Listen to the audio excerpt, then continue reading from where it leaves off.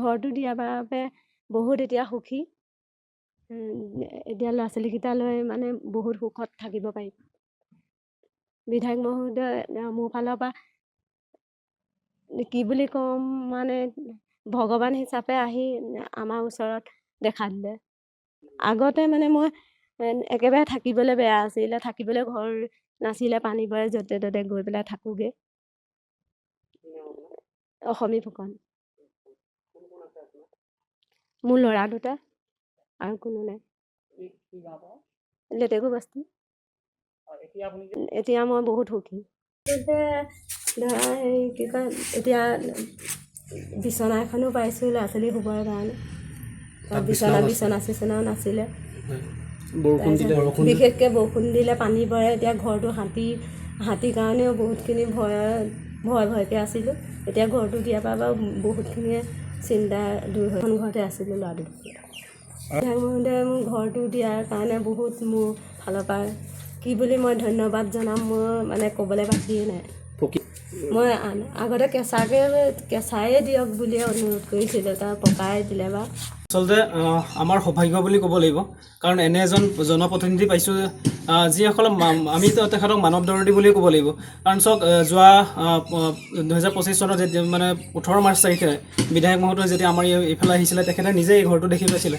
এই আমাৰ গাঁৱৰে অসমী ফুকন বাইদেউ ইমান জৰাজীৰ্ণ ঘৰ এটাত বাস কৰি আছিলে, তেখেতে ৰাতি শুবলৈ নোৱাৰে, ইয়াত বেলেগৰ ঘৰত আশ্ৰয় ল'বলগীয়া হয় বিচাৰি।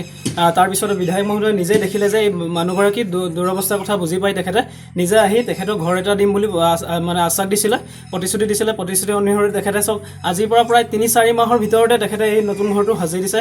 নতুন ঘৰ বনাই তেখেতক মানে থকাৰ ব্যৱস্থা কৰি দিছে। ইয়াৰ উপৰিও তেওঁ যোৱাকালি আজিৰ পৰা 2 দিন আগত তেখেতে ইয়ালৈ আহিছিলে। লেটেকু বস্তিত আহোঁতে বাইদেউগৰাকী খবৰ বুজিলে। খবৰ লওঁতে সুধিছিলে যে আপোনাৰ বিচনা ইয়াত কিয় আপোনালোকে লোৱা নাই। তেখেতৰ ইয়াত বিচনা নাছিলে। যোৱাকালি তেখেতে তেওঁৰ মানুহ পঠিয়াই বিচনা আনি দিছে, লগতে টেবুল আৰু কিতাপ পত্ৰৰ ব্যৱস্থা কৰি দিছে। আচলতে আমি এনে এজন বিধায়ক পাইছোঁ যাৰ বাবে আমি ভাবোঁ এতিয়াহে মানে খুমটাই সমষ্টিৰ এই মৰঙী অঞ্চলটোৰ সামগ্ৰিক বিকাশ হ'ব।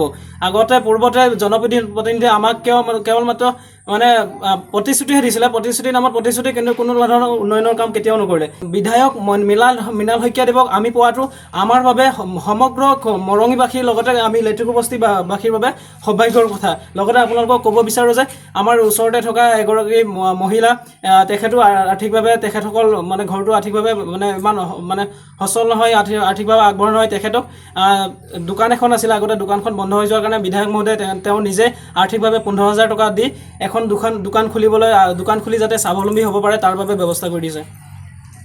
যিকোনো খবৰৰ বাবে যোগাযোগ কৰক 7099017330 লগতে 7099017110 নম্বৰত।